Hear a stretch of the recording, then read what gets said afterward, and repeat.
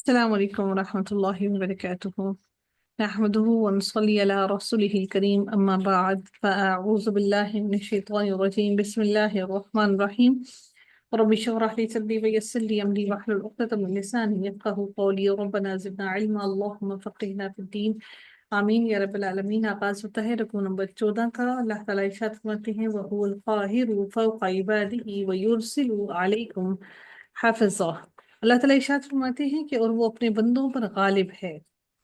وَهُوَ الْقَاهِرُ فَوْقَ عِبَادِهِ، اور وہ اپنے بندوں پر غالب ہے، یعنی وہ اپنے بندوں کا خالق اور مالک ہے۔ وہ ان پر اپنا ارادہ نافذ کرتا ہے اور وہ ان کے لیے فیصلے کرتا ہے۔ اس کی اجازت کے بغیر وہ اپنی حرکت اور سکون کے بھی مالک نہیں ہے۔ انسان مکمل طور پر اللہ تعالیٰ کے کنٹرول میں ہے۔ اللہ تعالیٰ کے مقابلے میں کوئی دوسری قوت نہیں جو اللہ تعالیٰ کے قبضے سے اللہ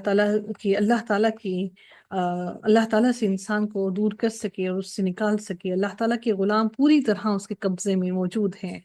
اللہ تعالیٰ فرماتے ہیں وہ یرسل علیکم حافظا، اور وہ تم پر نگہبان بھیجتا ہے۔ اللہ تعالیٰ نے انسانوں کی حفاظت کے لیے محافظ فرشتے مقرر فرما دیے ہیں۔ فرشتے انسان کے جسم کی حفاظت کرتے ہیں، جیسا کہ اللہ تعالیٰ نے سورہ رعد کے اندر ارشاد فرمایا۔ اللہ تعالیٰ نے ارشاد فرمایا کہ سورہ رعد کے اندر کہ اس شخص کے لیے اس کے آگے اور اس کے پیچھے سے باری باری آنے والے کئی پہرادار ہیں جو اللہ تعالیٰ کے حکم سے اس کی حفاظت کرتے ہیں۔ حفظہ سے مراد حفظوطن سے مراد وہ فرشتے ہیں جو انسان کے آگے پیچھے ہمہ وقت لگے رہتے ہیں اور ہر قسم کی آفت اور مصیبت سے اللہ تعالیٰ کے حکم سے بچاتے ہیں۔ اللہ تعالیٰ اپنے مقرر فرشتوں یعنی کرامن کاتبین کو ہمارے اعمال محفوظ کرنے پر لگا رکھا ہے۔ اللہ تعالیٰ نے ہم جو عمل کرتے ہیں وہ اسے محفوظ کر لیتے ہیں، جیسے کہ رب العزت نے فرمایا حالانکہ یقیناً تم پر نگہبان مقرر ہیں، معزز لکھنے والے، وہ جانتے ہیں جو کچھ بھی تم کرتے ہو۔ اللہ تعالیٰ سورہ قاف میں ارشاد فرماتے ہیں جبکہ دو ضبط کرنے والے اس کے دائیں اور بائیں بیٹھے ضبط کرتے رہتے ہیں، کوئی لفظ وہ نکال نہیں پاتا مگر ایک تیار نگران اس کے پاس ہوتا ہے جو ہر وقت اس کا منہ سے نکلا ہوا ہر لفظ لکھ رہا ہے۔ پھر رب کائنات ارشاد فرماتے ہیں حتی اذا جاء احدکم الموت توفته رسلنا وهم لا یفرطون۔ اللہ تعالیٰ فرماتے ہیں کہ یہاں تک کہ جب تم میں سے کسی ایک پر موت آتی ہے، ہمارے بھیجے ہوئے فرشتے اس کو قبض کر لیتے ہیں، یعنی اس کی اجل آ جاتی ہے، اس کی مقررہ مدت آ جاتی ہے تو ہمارے بھیجے ہوئے فرشتے اس کی روح کو قبض کر لیتے ہیں۔ سیدنا ابن عباس فرماتے ہیں کہ ملک الموت کے بہت سے مددگار فرشتے ہیں جو روح کو جسم سے نکالتے ہیں، اور حلقوم تک ان کے حلق تک جب روح آ جاتی ہے پھر ملک الموت اس سے قبض کر لیتے ہیں۔ حضرت سیدنا انس سے لوگوں نے دریافت کیا کہ آیا موت کا فرشتہ ایک ہے یا بہت سے؟ تو آپ رضی اللہ تعالیٰ عنہ نے یہی جواب دیا اور دلیل میں یہ آیت تلاوت کی کہ حتی اذا جاء احدکم الموت توفته رسلنا، کہ ہمارے بھیجے ہوئے فرشتے اس کو قبض کر لیتے ہیں۔ پھر رب کائنات ارشاد فرماتے ہیں سورہ سجدہ کے اندر کہ آپ کہہ دیجئے نبی کہ موت کا فرشتہ جو تم پر مقرر کیا گیا ہے تمہیں قبض کر لے گا، چنانچہ تم اپنے رب کی جناب میں لوٹائے جاؤ گے۔ وَهُمْ لَا يُفَرِّطُونَ، اور وہ ذرا کوتاہی نہیں کرتے۔ اس سے مراد ہے کہ اللہ تعالیٰ نے اپنی قضاء اور قدر سے جو مدت مقرر کر دی ہے وہ اس میں ایک گھڑی کا نہ اضافہ کر سکتے ہیں نہ ہی ایک گھڑی کی کمی کر سکتے ہیں۔ وہ صرف مکتوب الہی اور تقدیر ربانی کو نافذ کرتے ہیں، جو اللہ تعالیٰ کا حکم اور فیصلہ ہے اس کو صرف اور صرف نازل کرتے ہیں، اس کو بس ان کا کام صرف اور صرف اتنا ہی ہے۔ پھر رب کائنات ارشاد فرماتے ہیں ثم ردوا الی اللہ مولاہم الحق، اور اللہ تعالیٰ پھر مزید ارشاد فرماتے ہیں پھر موت اور حیات برزخ کے بعد پھر یعنی موت اور حیات برزخ کے بعد، یعنی کہ اس ٹائم پیریڈ کے بعد اللہ تعالیٰ فرماتے ہیں ردوا الی مولاہم الحق، وہ اللہ تعالیٰ کی طرف لوٹائے جاتے ہیں جن کا حقیقی مالک اللہ تعالیٰ ہے، انہیں اپنے حقیقی مولا کی طرف لوٹایا جائے گا۔ اللہ تعالیٰ مولا ہے جو اپنے تقدیری حکم کے مطابق ان کا مولا ہے، وہ انسانوں پر اپنی تقدیر نافذ کرتا ہے۔ یعنی اپنا لکھا ہوا اپنا فیصلہ نافذ کرتا ہے۔ ثم ردوا الی اللہ مولاہم الحق، پھر وہ اللہ تعالیٰ کی طرف لوٹائے جاتے ہیں جو ان کا حقیقی مالک ہے، یعنی فرشتے لوٹائے جاتے ہیں اپنے رب کی طرف۔ رسول اللہ صلی اللہ علیہ وآلہ وسلم نے فرمایا کہ بے شک میت کے پاس فرشتے آ جاتے ہیں، اگر آدمی نیک ہو تو کہتے ہیں اے پاک جان نکل، نکل آ تو، اب تو پاک جسم میں تھی، نکل آ تو قابل ستائش ہے، تجھے سکون، خوشبودار پھولوں اور ناراض نہ ہونے والے رب کی خوشخبری ہو۔ اسے بار بار ہی کہا جاتا ہے حتیٰ کہ روح نکل آتی ہے، پھر اسے آسمان تک پہنچا دیا جاتا ہے، اس کے لیے دروازے کھولنے کا کہا جاتا ہے، پوچھا جاتا ہے کون ہے، کہا جاتا ہے کہ فلاں ہے، وہ کہتے ہیں پاک نفس کو خوش آمدید ہو، اچھے جسم میں تھی، داخل ہو جائے اس حال میں کہ تو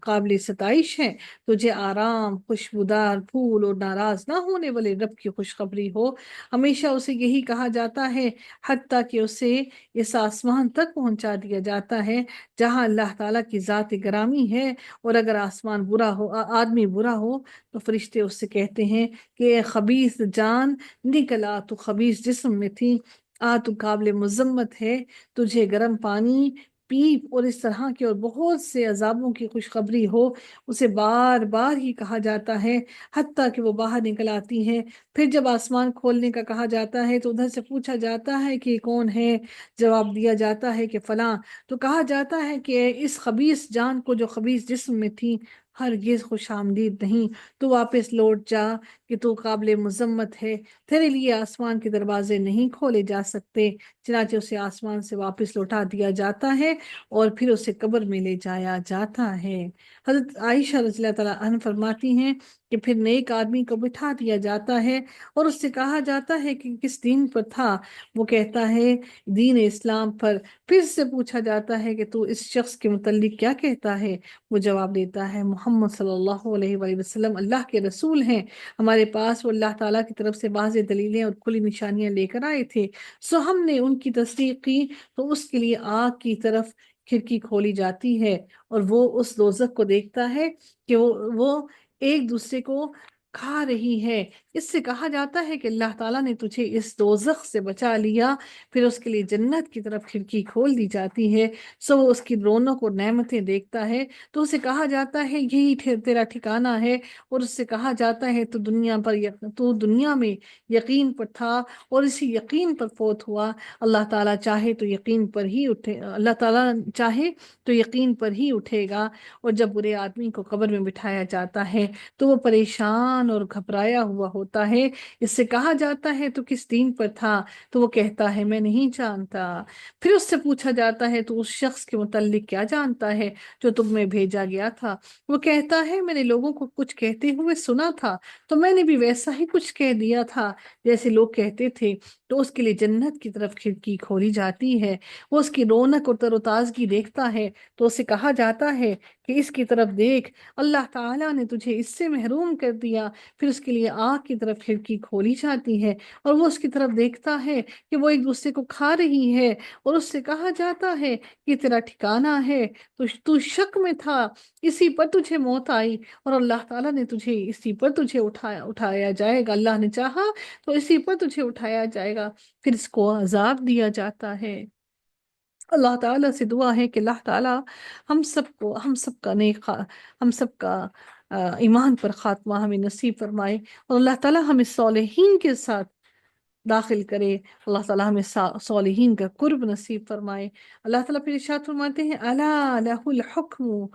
سن لو حکم اسی کا ہے، انسانی زندگی کے فیصلے کرنے کے سارے اختیارات اللہ تعالیٰ کے ہاتھ میں ہیں، اس لیے کہ اس کا کوئی شریک نہیں، اور وہ فیصلے کا مالک ہے، وہ انسان کا خالق ہے، وہ اس کو زندگی گزارنے کا سامان عطا کرتا ہے۔ انسان اللہ تعالیٰ کا غلام ہے، اسے ایک دن مرنا ہے اور اپنے مولا کے سامنے پوری زندگی کا حساب کتاب دینا ہے۔ وَهُوَ أَسْرَعُ الْحَاسِبِينَ، اور وہ سب حساب لینے والوں سے زیادہ جلد حساب لینے والا ہے، اسرع الحاسبین، کیونکہ اس کا علم کامل ہے، وہ جلد حساب لینے والا ہے کیونکہ اس نے اعمال کو محفوظ کیا ہوا ہے، پہلے لوح محفوظ میں، پھر فرشتوں نے اپنی کتاب میں جو ان کے ہاتھوں میں ہے۔ اللہ تعالیٰ نے ہر چیز کو لکھ رکھا ہے، اس لیے حساب کرنے میں وہ ایک لمحے کی بھی غفلت نہیں ہوگی۔ فوراً کا فوراً ہی جب سب کچھ درج ہو تو پھر اس پہ ٹائم نہیں لگتا، ٹائم ویسٹ نہیں ہوتا، بلکہ فوراً ہی ساروں کا حساب کر دیا جائے گا۔ رب کائنات پھر ارشاد فرماتے ہیں قل من ينجيكم من ظلمات البر والبحر تدعونه تضرعا وخفیا۔ پھر اللہ تعالیٰ ارشاد فرماتے ہیں کہ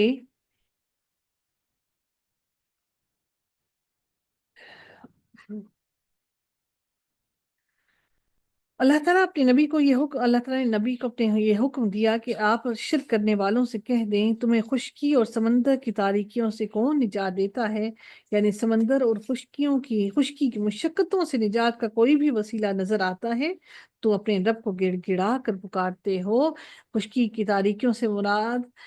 مختلف قسم کی مصیبتیں، دشمن کا خوف اور راستہ بھٹک جانا، اور سمندر کی تاریکی سے مراد موجوں کا ڈر، آندھی اور طوفان کا خوف اور راہ بھٹک جانا ہے۔ تدعونہ تضرعا وخفیا، تم اسے گڑ گڑا کر اور چپکے پکارتے ہو جب صحراؤں میں راستہ بھول جاتے ہو اور تاریک رات آتی ہے اور سمندری سفر کرتے ہو، پھر بادل رات اور سمندر کی تاریکی ڈھانپ لیتی ہے اور خوف سے تمہارے دل لرز اٹھتے ہیں، تو تم کس کو پکارتے ہو؟ وہ صرف ایک اللہ ہی کو پکارتے ہو، کیونکہ وہ جانتے ہیں کہ اس کے سوا کوئی نجات نہیں دے سکتا۔ وہ اعلانی اور پوشیدہ آہوزاری سے اللہ تعالیٰ کو پکارتے ہیں۔ پھر رب کائنات ارشاد فرماتے ہیں لَإِنْ أَنْجَانَا مِنْ هَذِهِ لَنَكُونَنَّ مِنَ الشَّاكِرِينَ، یقیناً اگر اس نے ہمیں اس سے نجات دے دی تو ہم ضرور اس کا شکر ادا کرنے والوں میں سے ہو جائیں گے، یعنی اگر اس نے ہمیں اس ہلاکت اور مصیبت سے نجات دے دی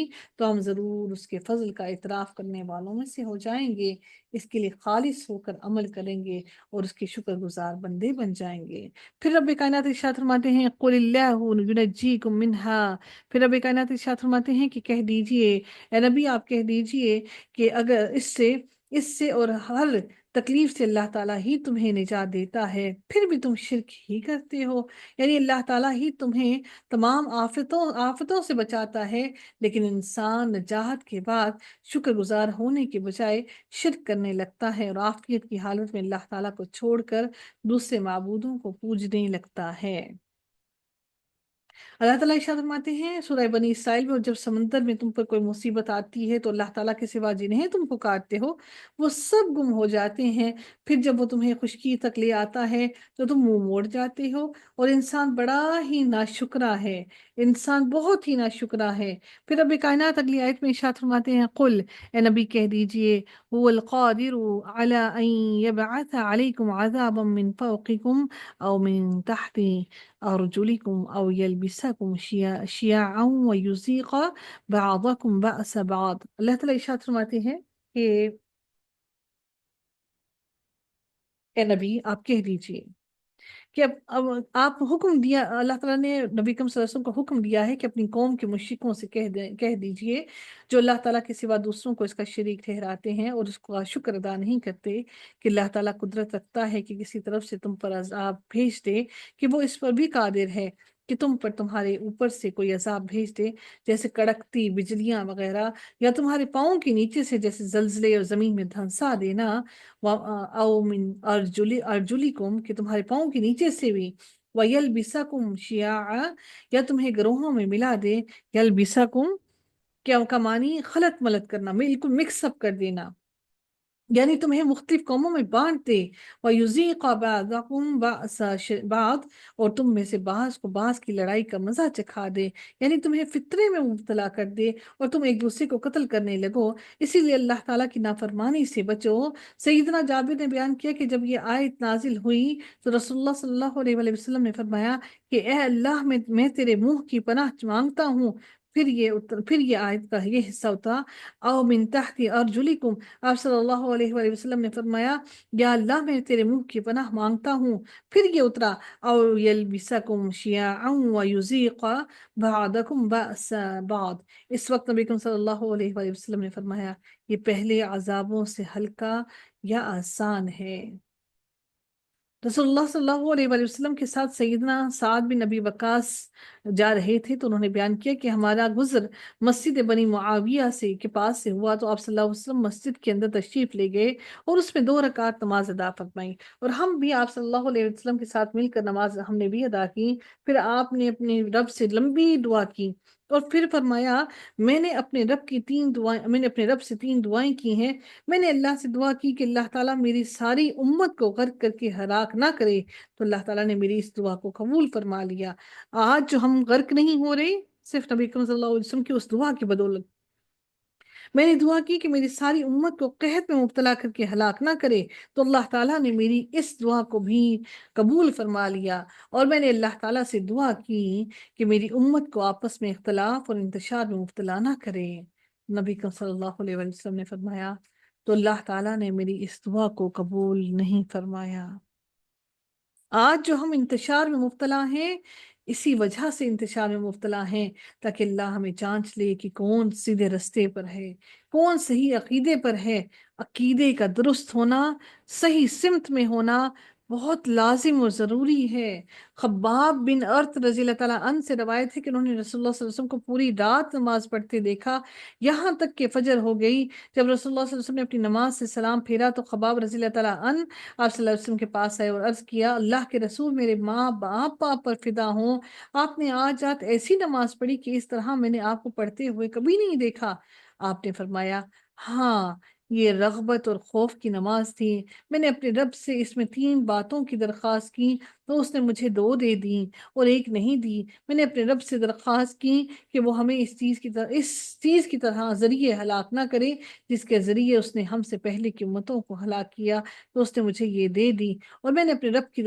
کس سے درخواست کی کہ وہ کسی دشمن کو جو ہم میں سے نہ ہو ہم پر غالب نہ کرے، تو اس سے بھی اس نے مجھے دے دیا۔ اور میں نے اپنے رب سے درخواست کی کہ وہ ہم میں پھوٹ نہ ڈالے اور ہم گروہ گروہ نہ ہوں، تو اس نے میری یہ درخواست قبول نہ کی۔ سیدنا معاویہ بن ابو سفیان ہم میں خطبہ دینے کے لیے کھڑے ہوئے اور کہا، خبردار! تحقیق کے رسول اللہ ہم میں کھڑے ہوئے اور فرمایا، خبردار! تم سے پہلے اہل کتاب 72 فرقوں میں تقسیم ہوئے تھے، اور یہ امت 73 فرقوں میں 73 فرقوں میں تقسیم ہوگی، اور 72 فرقے آگ میں جائیں گے اور فقط ایک ہی فرقہ جنت میں جائے گا۔ اللہ تعالیٰ سے دعا ہے کہ اللہ تعالیٰ ہمیں اس فرقے میں شامل کرے جو جنت میں جانے والا ہے۔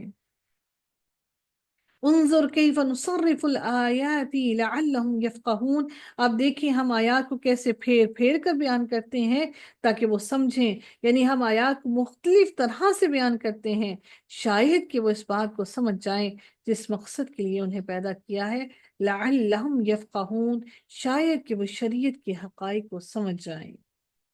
وَكَذَّبَ بِهِ قَوْمُكَ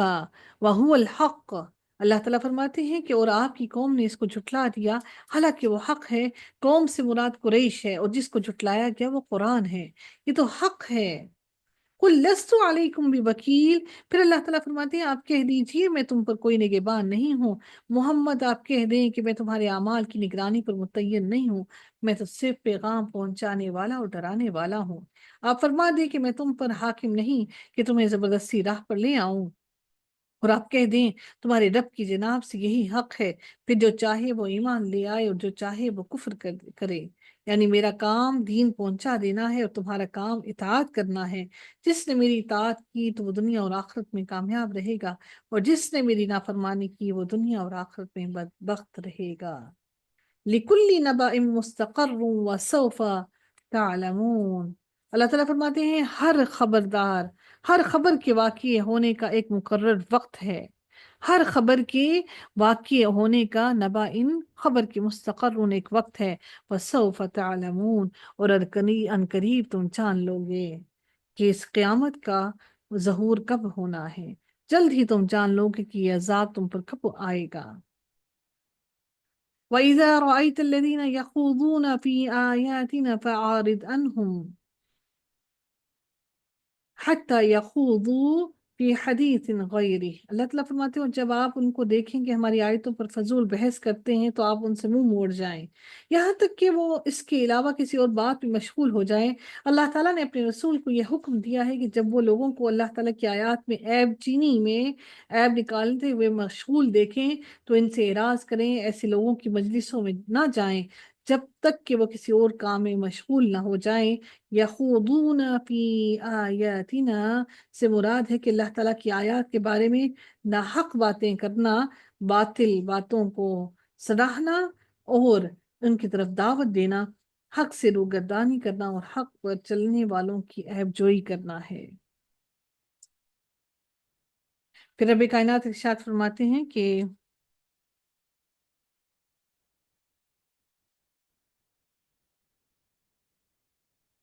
اما ينسينك الشیطان فلا تقعد بعد ذکری مع القوم الظالمین، اور اگر آپ کو شیطان بھلا دے تو یاد آنے کے بعد ایسے ظالم لوگوں کے ساتھ مت بیٹھیں، یعنی جہاں تک بھول جانے کا تعلق ہے تو وہ آدم بھی بھولے تھے، فنسیا ولم نجد له عزما، تو وہ بھول گیا اور ہم نے اس میں ارادے کی پختگی نہ پائی۔ انسان کے اندر ارادے کی پختگی نہیں ہوتی۔ قال لا تؤاخذنی بما نسیت، موسیٰ علیہ السلام نے کہا جو میں بھول گیا اس پر آپ مجھے نہ پکڑیں، یعنی ہر نبی سے بھول چوک ہوئی تو اللہ تعالیٰ اس لیے فرماتے ہیں کہ اگر بھول جائیں تو اس میں کوئی پکڑ نہیں ہے۔ وَاذْكُرْ رَبَّكَ إِذَا نَسِيتَ، اور جب آپ بھول جائیں تو اپنے رب کو یاد کریں، جب آپ بھول جائیں تو اپنے رب کو یاد کریں۔ سیدنا ابو ذر غفاری سے روایت ہے کہ رسول اللہ صلی اللہ علیہ وآلہ وسلم نے فرمایا کہ اللہ تعالیٰ نے میری خاطر میری امت کو غلطی، بھول اور وہ کام معاف کر دیے ہیں جن پر انہیں مجبور کیا گیا ہو۔ یہی وجہ ہے کہ اگر آپ بھول کر روزے کی حالت میں کچھ کھا لیں تو اس میں روزہ نہیں ٹوٹتا، اگر اللہ تعالیٰ چاہتا تو وہ اس پر